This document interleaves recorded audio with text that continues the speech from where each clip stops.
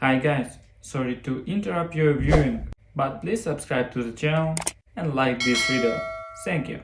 Father's Day always came with a certain stiffness in our house.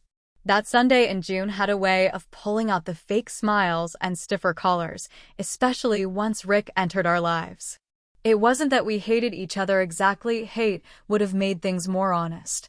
No, what we had was worse. Politeness. Tight smiles, lukewarm hugs, and conversations that danced around real feelings like boxers waiting to land a punch. You could cut the tension with a butter knife if anyone had the guts to pick one up. The living room smelled like freshly baked lasagna and overcompensation. My mom, Trisha, had gone full Pinterest with the setup, seasonal centerpiece, matching napkins, a place card that read Dad in a font that looked like it cost $12 on Etsy. Rick, my stepdad of nearly 15 years, sat at the head of the table like he was being interviewed for Father of the Year. He had on one of his pressed golf shirts, the kind he wore to look casual but important. His white, overly clean sneakers were still too new, like he dressed up for the role he wanted, not the one he had. I took my usual seat halfway down the table, far enough away to avoid forced eye contact, but close enough to fake interest when spoken to. Rick leaned back in his chair with that look, his signature expression of "I'm just happy to be here," which always masked a more subtle vibe of "but I'd still like some recognition for it." "So," he said, tapping his fork against his glass like he was proposing a toast even though nothing had started yet. "Any big plans this summer, bud?" There it was. The first "but" of the day. Like clockwork. I didn't answer right away. Not because I was being rude, but because I was trying to decide how much of a lie I wanted to tell. I settled on a half-truth. "Just working. Saving up for some travel," I said, trying to keep my tone neutral. That's the way to do it," Rick nodded, taking another bite of lasagna like he was proud of my ambition, an ambition he had absolutely nothing to do with. My mom smiled too wide at that. Like hearing Rick praise me somehow validated all her life choices. She reached over to pat his hand, and I caught her eye for a second. She held it just long enough for me to see that familiar flicker of something behind it. Not guilt exactly, more like a cocktail of denial and control, her specialty. As they passed around the salad bowl, I kept a mental count of how many times Rick had called me buddy so far. That was one. The record on Father's Day was 7, which he hit 2 years ago during what I like to call the backyard speech incident, when he got drunk and told me I didn't need to worry about that other guy anymore. The other guy being my real dad, Mike. I hadn't seen Mike in years. Not since high school graduation, when he sent a check and a note that said, "Proud of you, always." That was it. No call. No visit. Just a piece of paper and a reminder that my dad had become a ghost with a mailing address. Still, I kept the note. And yeah, maybe I resented him. But I also remembered how he taught me to ride a bike, how he used to bring me chocolate milk after Little League, how he hugged me like he meant it. I also remembered the shouting matches with my mom, the slammed doors, and the day he left without packing more than a duffel bag. People are complicated, especially the ones who raise you, and I learned early that being someone's child doesn't come with guarantees. Rick cleared his throat like he wanted to launch into a speech. He always did this thing where he'd prep a moment like he was about to accept an award. He tapped the rim of his water glass again. My mom was practically glowing with anticipation. You'd think Oprah was in the room ready to hand him a plaque. "I just want to say," Rick began, with that overly sincere voice he used at PTA meetings and funerals, "it's been an honor, being part of this family. I know I'm not your biological father, but I've always tried to show up. Do my part. Be the man this house needs."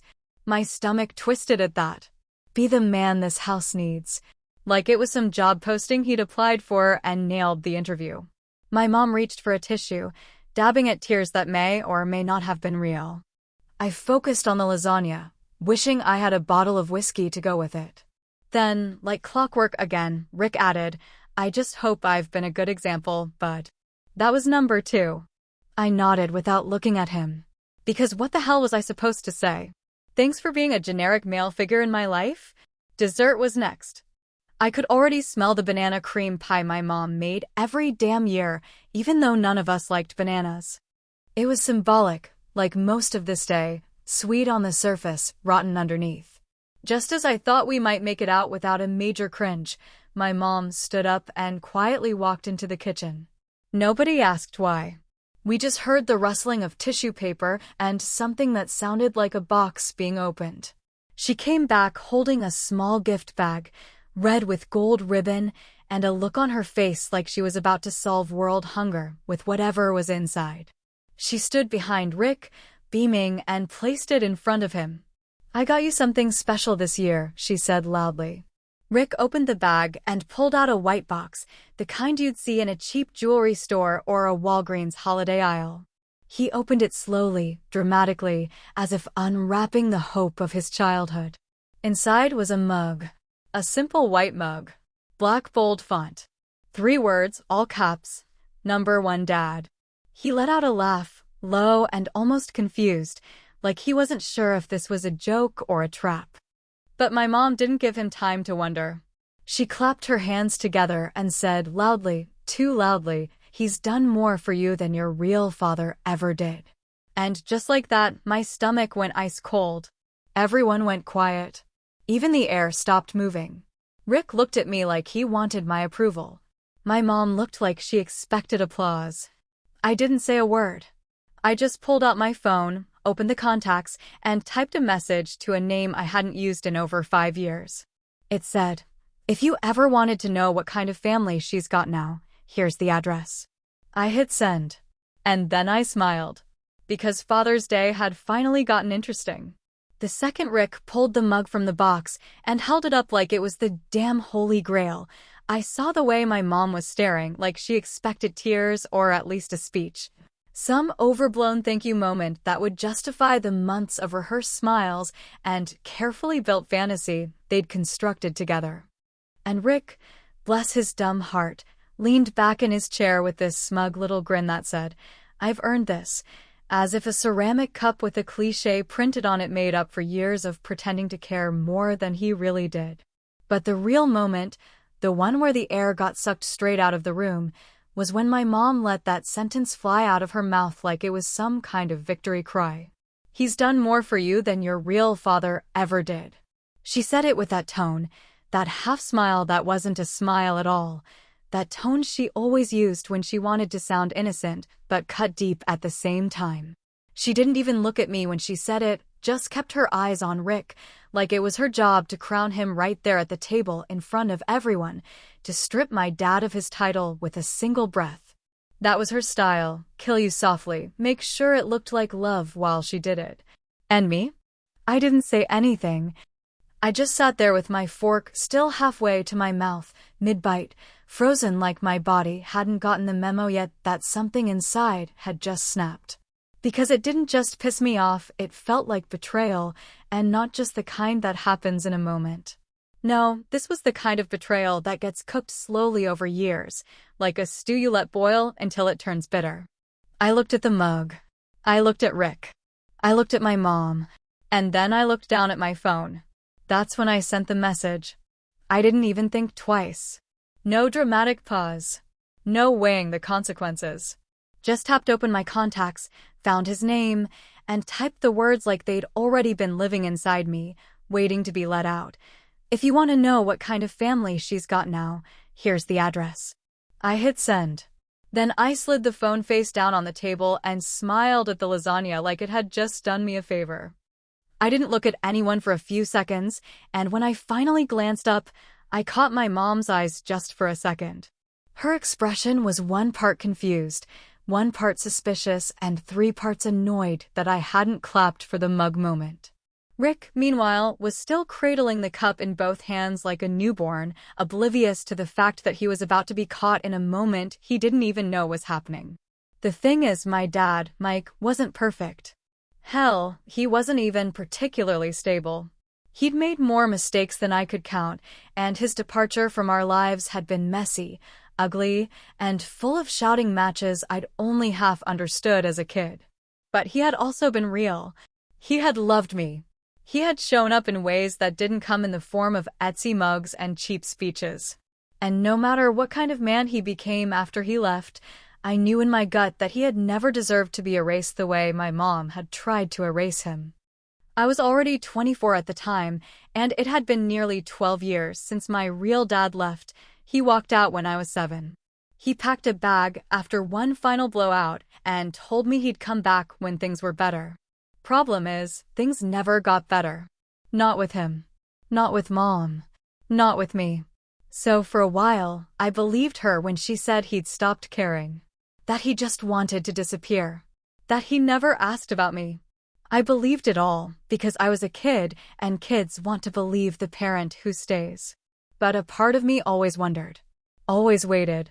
And now, with that mug on the table like a middle finger in ceramic form, something inside finally said, enough. 15 minutes passed. Maybe 20. The tension softened, like no one quite knew what had happened, or maybe they just didn't care to ask. We were already halfway through dessert when my phone buzzed on the table, a sharp little vibration that cut through the soft clinking of forks and fake laughter.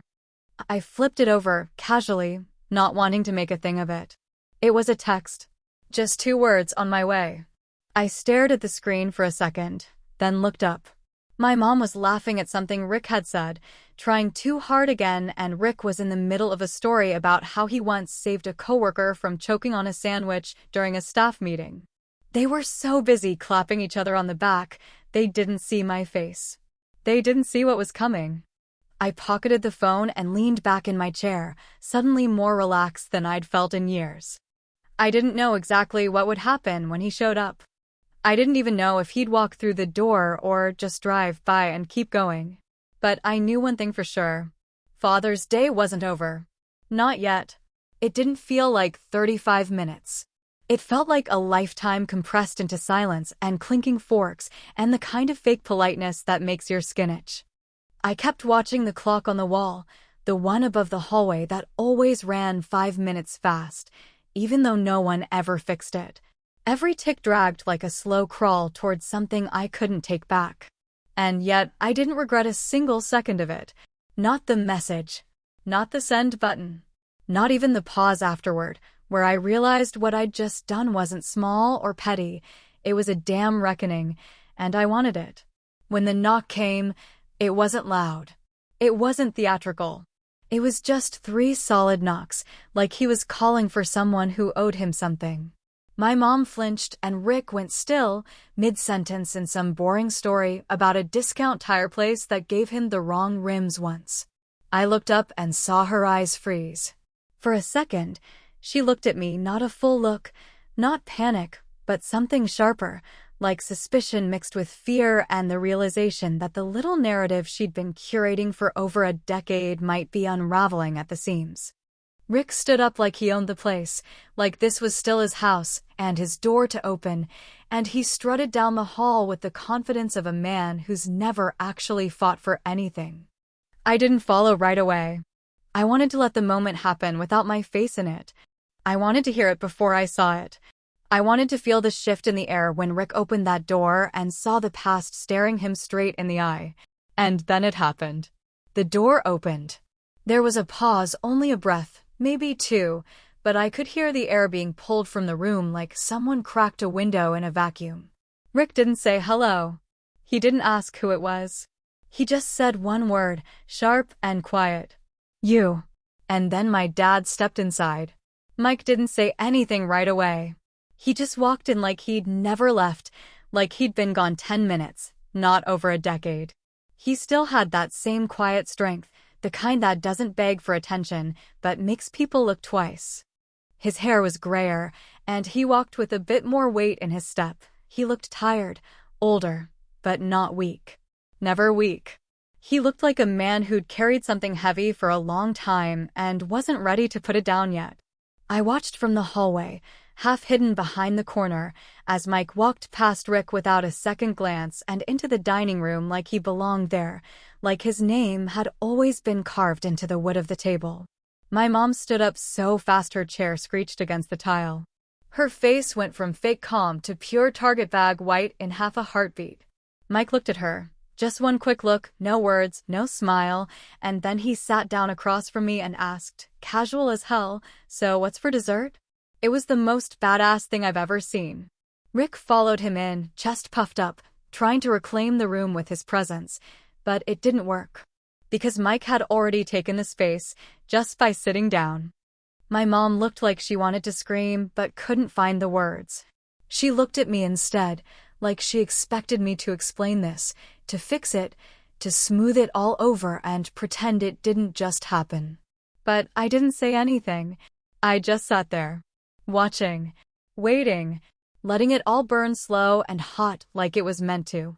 "Banana cream pie," I finally said, and I couldn't help the smirk that crept in.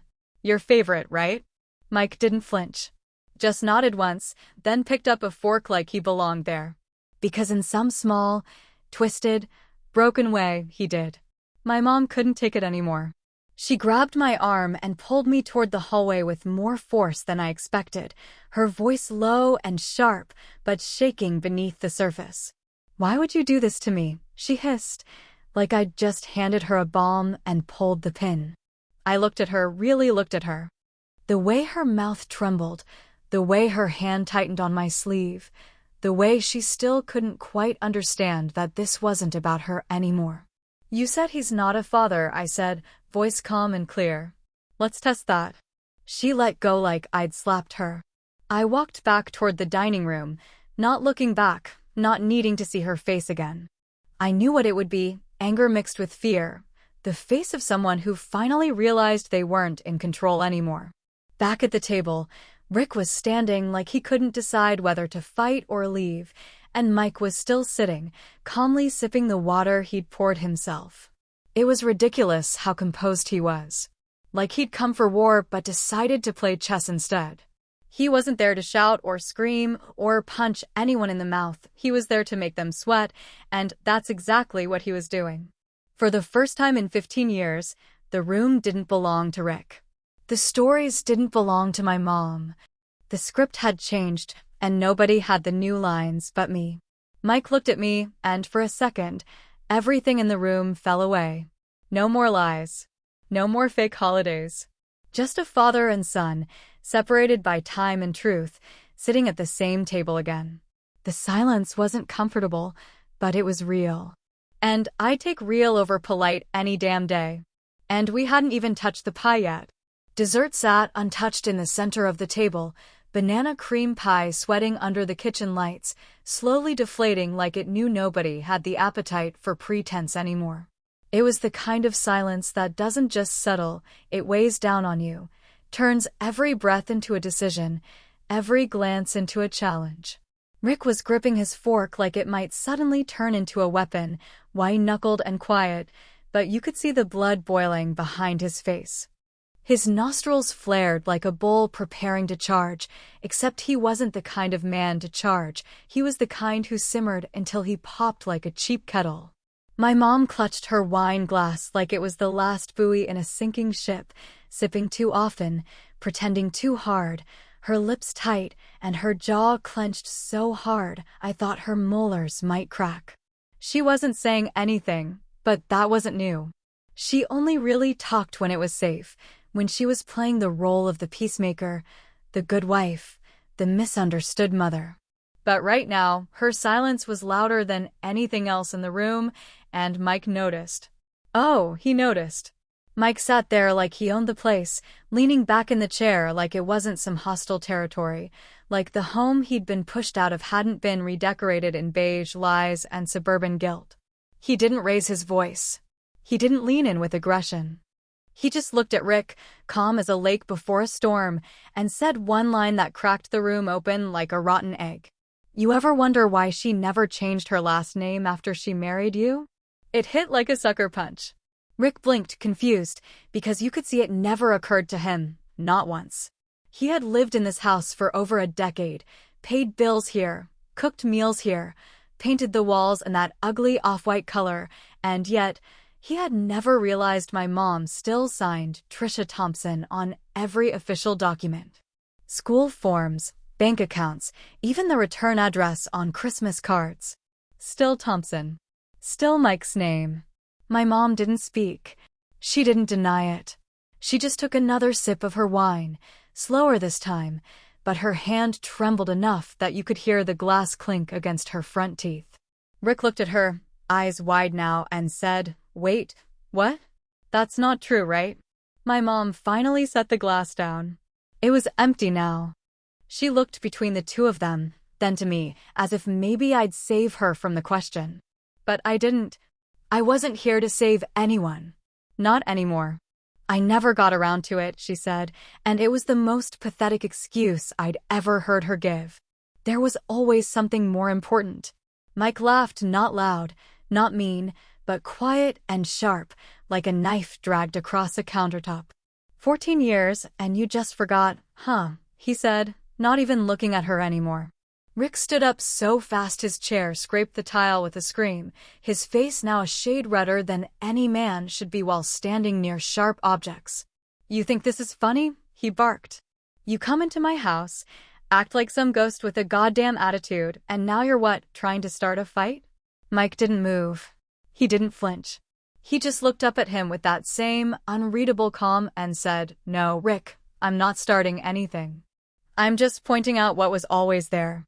You just didn't see it." That's when I realized something important, not just about Mike, but about Rick too. Rick wasn't mad about the name. He was mad because, deep down, he knew.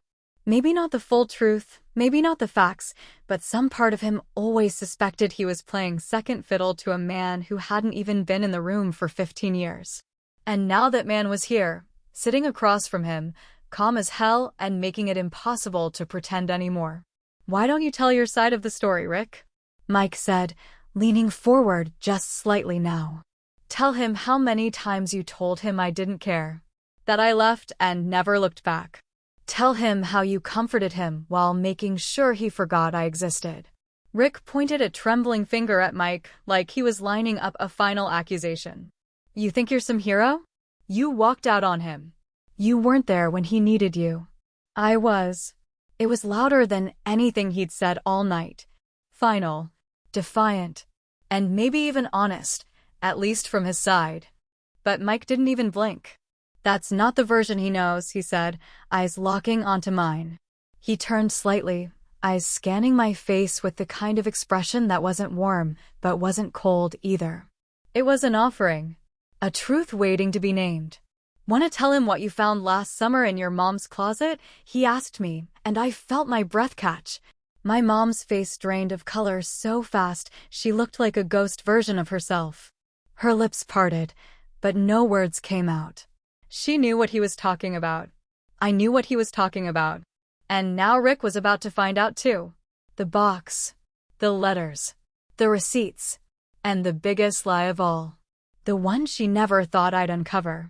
The one that was about to rip the rest of the mask off this entire family. And I was going to be the one to say it. It was one of those blistering July afternoons where the heat hangs in the air like a curtain you can't push aside, and I remember the garage smelling like a mix of old paint, motor oil, and the faint bitterness of dust that's been untouched for years. I hadn't planned on finding anything that day. I was just doing what Mom asked, clearing space for the new freezer Rick insisted on buying, the one he never bothered to install himself. There were boxes stacked like a hoarder's pyramid along the back wall, each labeled with fading marker, Christmas, kitchen crap, Mom's stuff, and then one near the bottom with no label at all. Just cardboard, so old it looked like it might crumble if I breathed on it wrong. I opened it because I was bored. That's the only reason. There was no emotional journey, no suspicion at the time, just a curiosity that came with having nothing better to do and too much heat in my brain. But the second I pulled out the first envelope, my fingers went cold, like my body knew what my mind hadn't yet caught up to. The handwriting was unmistakable, tight, slanted letters, all capitalized like someone was trying to make their point even on paper. My dad's handwriting. I hadn't seen it in years, not since that graduation card. There were dozens of them. Letters dated year after year, birthday cards with $10 bills still tucked inside, apology notes that bled ink into water-damaged paper, as if even the guilt had tried to seep out. And child support receipts, Signed, stamped, official. Payments made like clockwork. Each one a line of proof that the story I'd been told was nothing but a fabrication. A myth created for convenience. A lie she'd fed me like cough syrup, disgusting but good for me, or so she said. She hadn't just twisted the truth. She'd erased it. She took every reminder of him and buried it in that closet, then buried the closet under years of silence and fake smiles and all the reasons she thought I was too fragile for the truth. But I wasn't fragile. I was furious. Not right away, though. At first, I just sat there on the garage floor, envelope after envelope spreading around me like puzzle pieces from a life I didn't know I'd lived. I read until my eyes blurred, until the heat didn't matter, until the weight of what I knew started to settle in my chest like a second heart. And I didn't say anything. Not then. I packed the letters back up, took one with me, shoved it under my mattress like I needed proof that the world wasn't as simple as I'd let myself believe. I waited. I watched. And somewhere deep down, I knew the moment would come when I'd need them, those letters, that truth. And here it was, playing out in our dining room like a courtroom drama with banana cream pie going stale in the corner. Rick looked at me now, eyebrows pulled into suspicion, lips already forming the beginning of some angry denial. My mom's hands were balled into fists on her lap, knuckles pale, breath held like she could keep the truth in her lungs if she just didn't speak. And I didn't even raise my voice. I just said it, clear and steady, like reading off a verdict.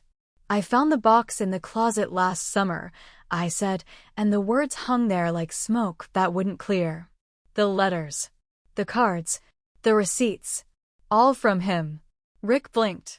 What are you talking about? I mean, he didn't leave, I said, turning toward him now. Not the way she said. He wrote. He paid. He tried. She just made sure I never knew. He looked at my mom then, eyes wild, face red with disbelief. Trisha, he asked, but it came out like a warning, not a question. My mom didn't answer. She just stared at the table, at the mug, at anything but me. The silence was worse than shouting, worse than a slap. Because silence meant guilt. Silence meant I was right. Mike stood up. Not fast. Not dramatic. Just rose like it was time to go, like his work here was done. He didn't look angry. He didn't look triumphant. He looked tired in that way only someone who's carried the weight of being misunderstood can be. He walked to the door without a word, but before he stepped out, he paused. He turned back, not to Rick, but to me. Happy Father's Day, Rick, he said, with a nod that wasn't kind, just necessary. Then to me, softer but firmer somehow, like something was being passed across generations without touch. You know where to find me. And just like that, he was gone. The door clicked behind him, and no one breathed. I stood up next. My mom reached for me, fingers brushing my forearm, eyes wide with the same panic I used to feel when she'd yell, and I didn't understand why. But this time I wasn't a child, and her grip didn't hold me. Her voice came out thin and desperate. Please don't walk away like this. I did it for you. I thought it was best. I shook my head, not in rage, not even in grief, just disbelief. Because it wasn't best. It was easier. For her. You had 13 years to tell me the truth, I said quietly, staring right into her. He took 35 minutes. She dropped her hand. And I walked out. Into the air that felt real for the first time in a long time. Into the night where the truth doesn't hide behind birthday cards or mugs. Where fathers aren't perfect, but at least they're honest. And where silence no longer wins.